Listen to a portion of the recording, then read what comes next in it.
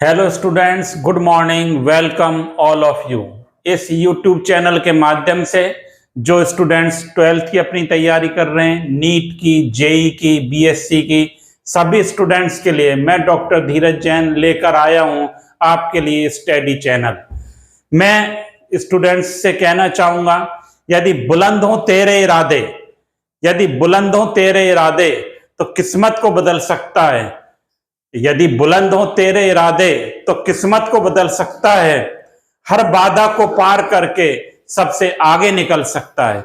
इस चैनल के माध्यम से आज हम प्रारंभ करने जा रहे हैं उन विद्यार्थियों के लिए जो अपने 12th की तैयारी कर रहे हैं, नीट, जेई, बीएससी, सभी के लिए कुछ शॉर्ट ट्रिक्स की हम आज बात करेंगे। स्टूडेंट्स के लिए ट्रिक फर्स्ट हम आपके लिए लेकर आए हैं। केमिस्ट्री सब्जेक्ट में हम बात कर रहे हैं हाइब्रिडाइजेशन की।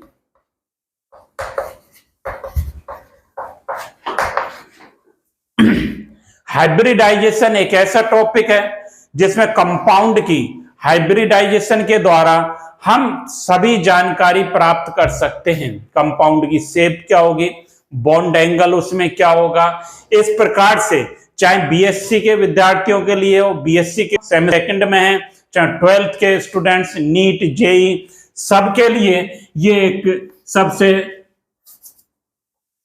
ऐसा टॉपिक है जिसका नॉलेज हर स्टूडेंट्स को होनी चाहिए।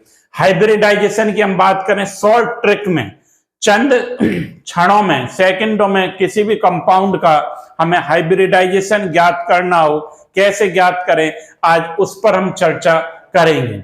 हाइब्रिडाइजेशन की जब हम बात करते हैं, हाइब्रिडाइजेशन कैसे हो सकता है, आप सभी ने छोटी क्लासेस में पढ़ा होगा। एसपी हो सकता है hybridisation, sp2, sp3, dsp2, sp3d, sp3d2 और sp3d3। ये हाइब्रिडाइजेशन ये आपने सभी ने पढ़े हैं। इनको हम कैसे ज्ञात करें, इस पर आज हम स्टडी करेंगे। मैं दोबारा यहां पर लिख देता हूं। हाइब्रिडाइजेशन का टाइप है, टाइप्स ऑफ हाइब्रिडाइजेशन। शेप क्या होगी और बॉन्ड एंगल क्या होगा। sp, sp2, sp3, dsp2, sp3d, sp3d2, sp3d3, इनकी हम बात करेंगे। आपको पता है, नहीं भी पता तो भी कोई बात नहीं है, आज हम सीख लेंगे इन चीजों को। जब sp हाइब्रिडाइजेशन होता है तब शेप क्या होती है, लीनियर। बॉन्ड एंगल कितना होता है, 180 डिग्री का। जब sp2 हाइब्रिडाइजेशन की हम बात करते हैं तब शेप क्या होती है, ट्राइगोनल प्लेनर। बॉन्ड एंगल होगा 120 डिग्री। जब sp3 हाइब्रिडाइजेशन की बात करेंगे, शेप किस प्रकार से होगी, टेट्राहीड्रल। बॉन्ड एंगल होगा 109 डिग्री 28 मिनट। जब dsp2 हाइब्रिडाइजेशन होगा, शेप होगी स्क्वायर प्लेनर। बॉन्ड एंगल होगा 90 डिग्री। जब हम बात करेंगे sp3d हाइब्रिडाइजेशन की, तो शेप होगी ट्राइगोनल बाइपिरामिडल।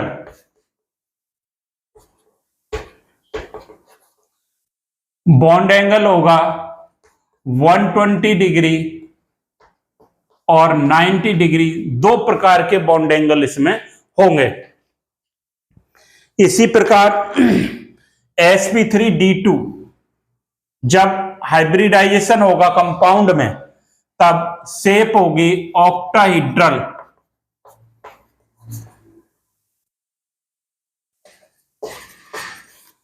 बॉन्ड एंगल होगा 90 डिग्री। sp3d3 की हम बात करें, शेप होगी पेंटागोनल बाइपिरामिडल।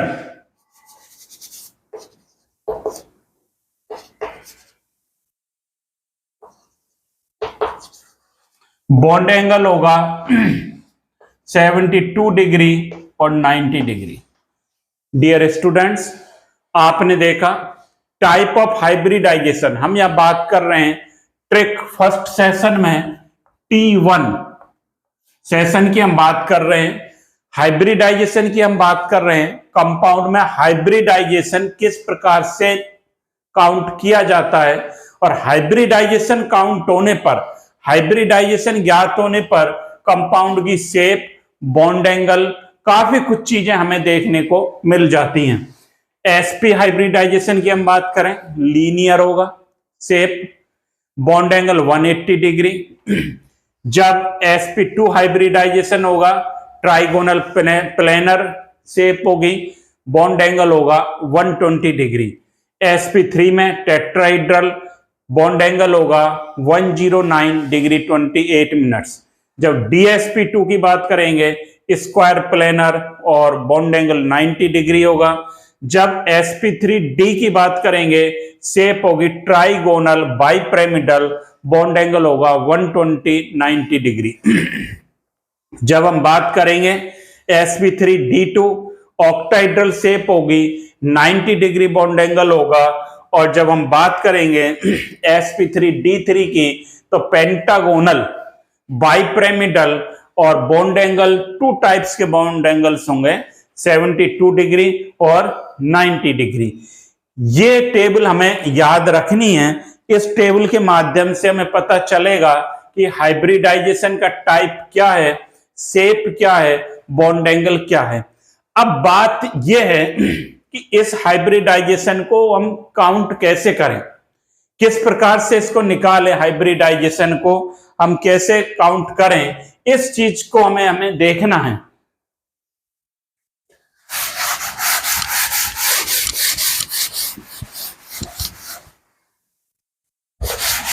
हाइब्रिडाइजेशन कंपाउंड में किस प्रकार से निकाला जाता है, आज हम इसको यहां पर सीख रहे हैं।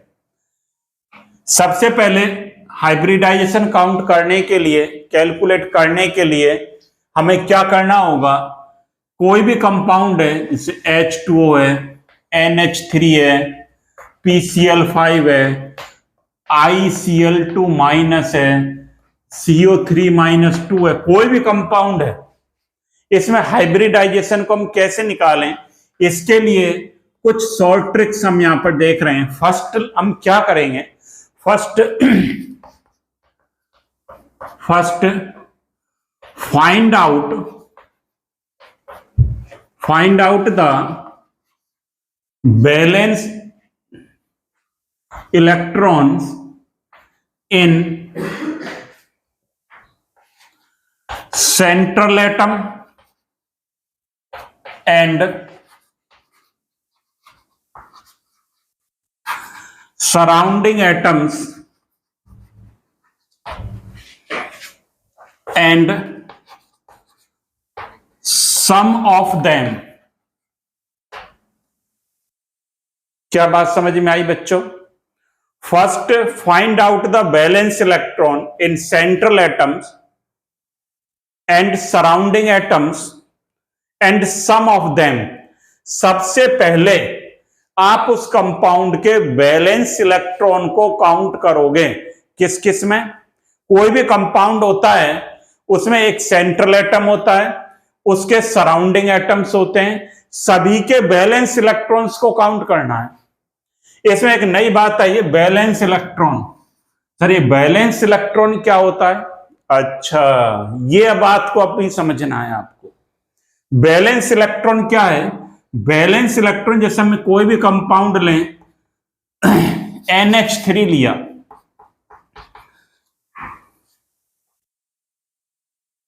NH3 में सेंट्रल एटम क्या है सर? सेंट्रल एटम है नाइट्रोजन। तो nitrogen central atom, surrounding atoms इसके क्या है? Hydrogen atoms. 3 हाइड्रोजन एटम्स इसके साथ जुड़े हुए हैं। नाइट्रोजन एटम के बैलेंस इलेक्ट्रॉन को हमें काउंट करना है।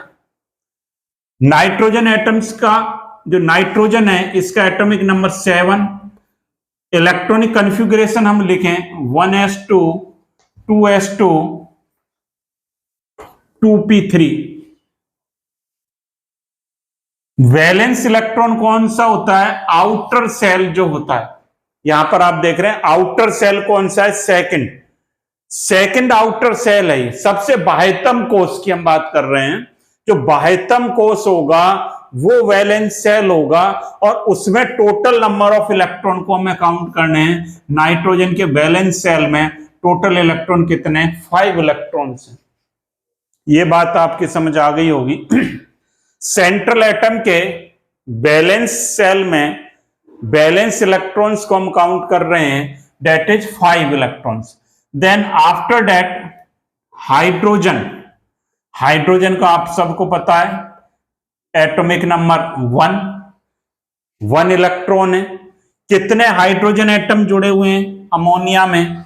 3 हाइड्रोजन एटम है। तो टोटल इलेक्ट्रॉन कितने हो गए? 1 into 3 is equal to 3। Total balance electron compound में हमारे पास आ गए 8 इलेक्ट्रॉन्स आ गए। ये बात आपके सभी के समझ में आ रही होगी कि first find out the valence electrons in central atom and surrounding atoms and sum of them. Central atom के पास और सराउंडिंग एटम्स के पास टोटल बैलेंस इलेक्ट्रॉन कितने हैं, इसको हमें काउंट करना है। हमने एग्जांपल लिया NH3। नाइट्रोजन में बैलेंस इलेक्ट्रॉन कितने? 5 इलेक्ट्रॉन्स हैं। हाइड्रोजन में balance electron 1। Total balance electron हमारे पास काउंट होकर आ जाते हैं 8 इलेक्ट्रॉन्स टोटल हमारे पास काउंट हो जाते हैं। इस बात को हमें सर्वप्रथम कैलकुलेट करना है। इसके बाद नेक्स्ट स्टेप क्या होगा? That is step first. First step में टोटल बैलेंस इलेक्ट्रॉन को काउंट किया जाएगा। सेकंड स्टेप में क्या करेंगे?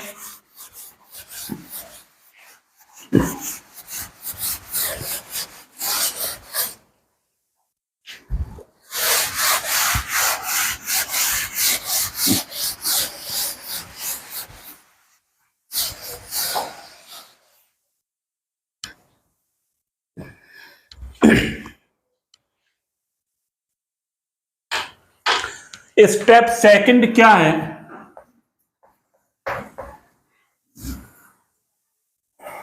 स्टेप सेकंड की जब हम बात करेंगे, स्टेप सेकंड में हमें क्या करना है? बैलेंस जो इलेक्ट्रॉन्स हैं उनके द्वारा हाइब्रिडाइजेशन का हम कैलकुलेशन करेंगे। इसमें हमें कुछ बातें सीखनी है।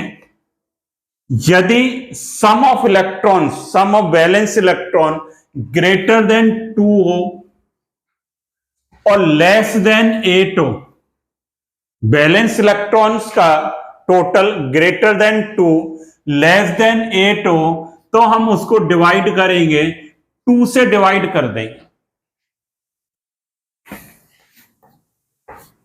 यदि बैलेंस इलेक्ट्रॉन का सम ग्रेटर देन 8 हो और लेस देन 56 हो, तो उसको डिवाइड कर देंगे, 8 से डिवाइड कर देंगे।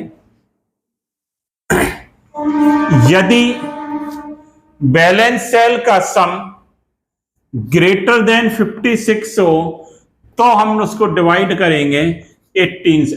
ये 3 पॉइंट हमें याद रखने हैं। यदि बैलेंस सेल का सम, अभी हमने पहले फर्स्ट स्टेप में सीखा कि how to calculate balance electron in compound, central atom के और सराउंडिंग एटम्स के बैलेंस इलेक्ट्रॉन को काउंट करने के बाद यदि सम 2 से ज्यादा और 8 से कम आता है तो 2 से डिवाइड करेंगे, 2 से भाग दे दिया जाए। यदि सम टोटल 8 से ज्यादा आ रहा है, 8 से ज्यादा है और 56 से कम है तो उसमें 8 से डिवाइड कर दिया जाएगा। यदि 56 से ज्यादा आ रहा है बैलेंस इलेक्ट्रॉन्स का टोटल तो 18 से डिवाइड कर देंगे। सेकंड स्टेप में हमें यह सीखना है। इसके बाद स्टेप थर्ड की हम बात करेंगे।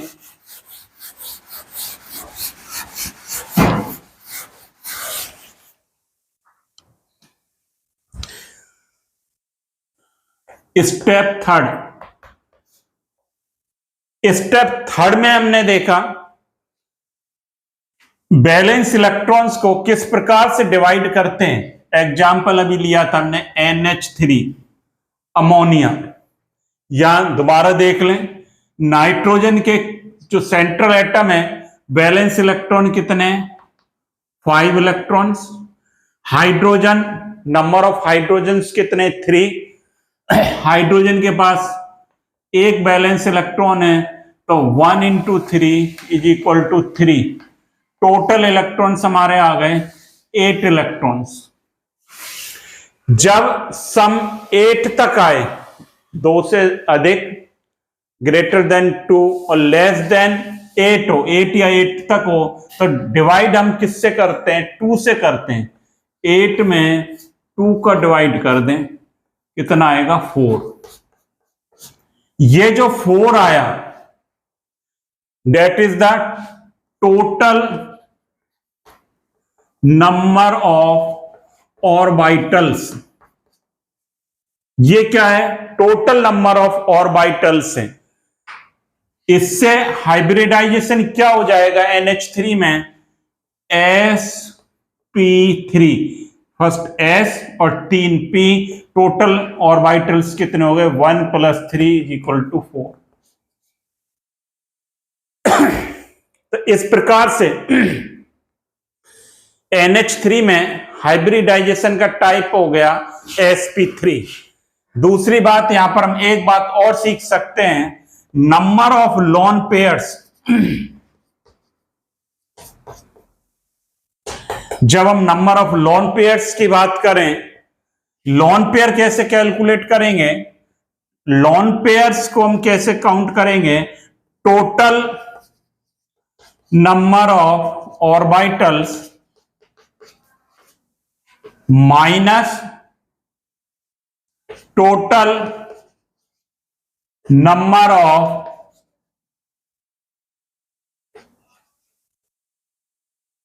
Surrounding atoms. Total number of orbitals कितने आए हमारे पास, 4। सराउंडिंग एटम्स कितने हैं, NH3 में 3 देन 1। NH3 पर टोटल लोन पेयर्स कितने प्रेजेंट होंगे, 1 प्रेजेंट होगा। तो हाइब्रिडाइजेशन लोन पेयर्स की कैलकुलेशन हम इन 3 स्टेप में कर सकते हैं। और अभी और एग्जांपल्स को भी हम देखेंगे।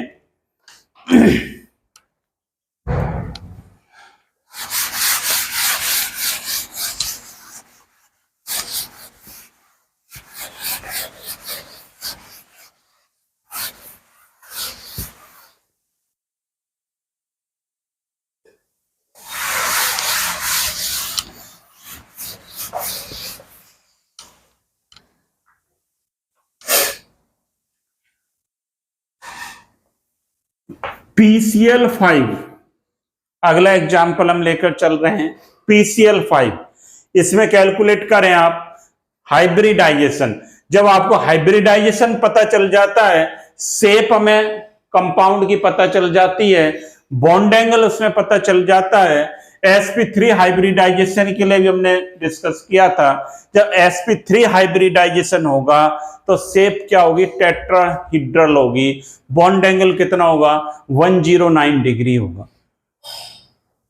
PCl5 की बात करें, central atom phosphorus, total number of valence electron in phosphorus, इसमें एटॉमिक नंबर कितना होता है, 15 फॉस्फोरस का।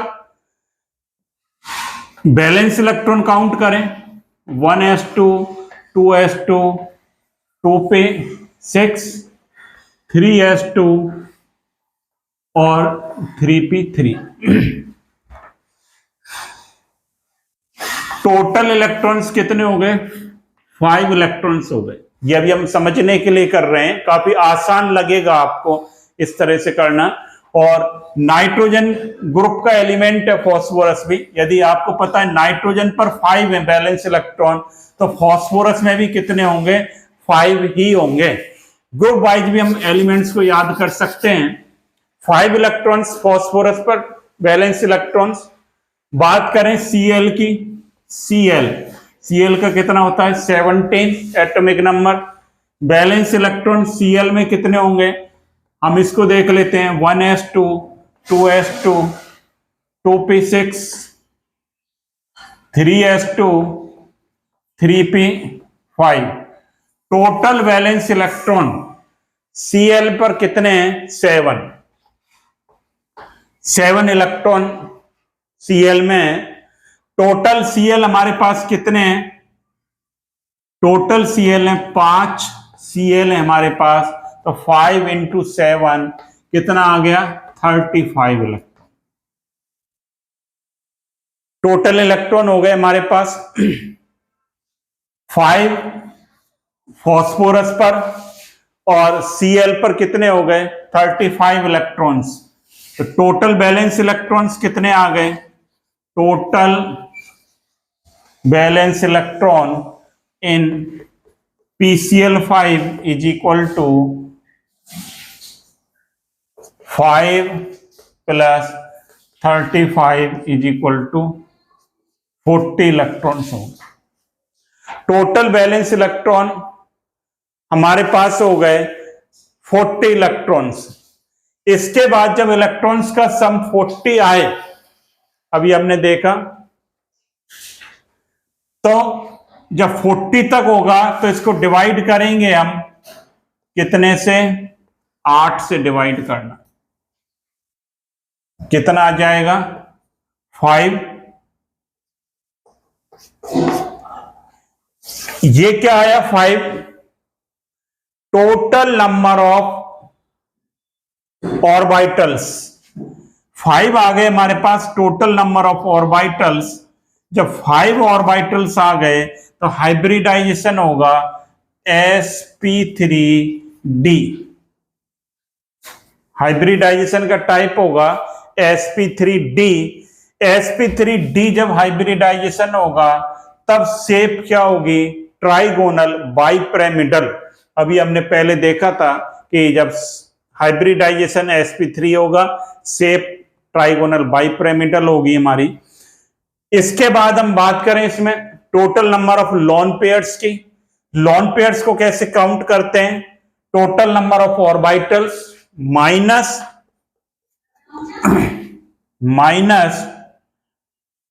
Surrounding atoms. सराउंडिंग एटम्स कितने हैं, 5 इज इक्वल टू 0।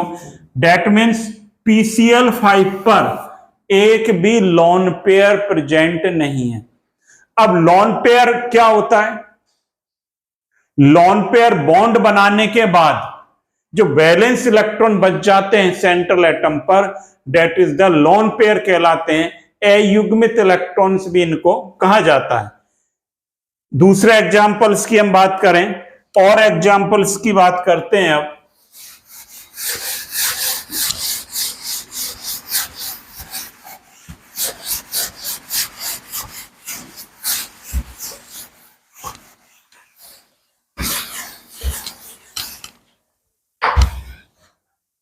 एक छोटा सा एग्जांपल और लें, H2O। H2O की बात करें, H2O में सेंट्रल एटम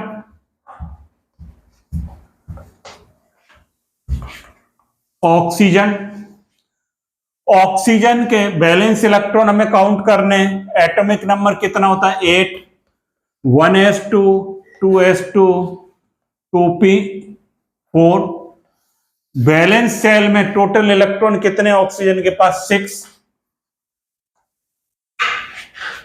इसके बाद हाइड्रोजन, 2 हाइड्रोजन एटम जुड़े हुए हैं, 1 × 2 = 2 इलेक्ट्रॉन, टोटल इलेक्ट्रॉन आ गए हमारे पास 8। जब टोटल बैलेंस इलेक्ट्रॉन 8 हैं, डिवाइड करेंगे 2 से 4, दैट मीन्स हाइब्रिडाइजेशन होगा हमारा sp3।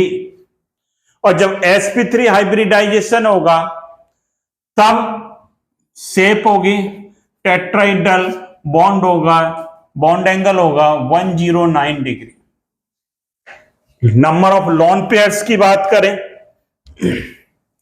Lone pair = total number of orbitals 4, surrounding atoms 2 = 2, that means 2 lone pair present on H2O molecules। इस प्रकार से किसी भी कंपाउंड में हाइब्रिडाइजेशन हम निकाल सकते हैं और हाइब्रिडाइजेशन के द्वारा कंपाउंड की शेप, बॉन्ड एंगल ये हम ज्ञात कर सकते हैं। इसके बाद कुछ होमवर्क के लिए मैं आपको दे रहा हूं, SF6 homework, HF6 XeOF2 SO3 ICl2-, इनका हाइब्रिडाइजेशन आप नेक्स्ट क्लास में सीखेंगे। इनको आप प्रैक्टिस करें। Thank you students, best of luck.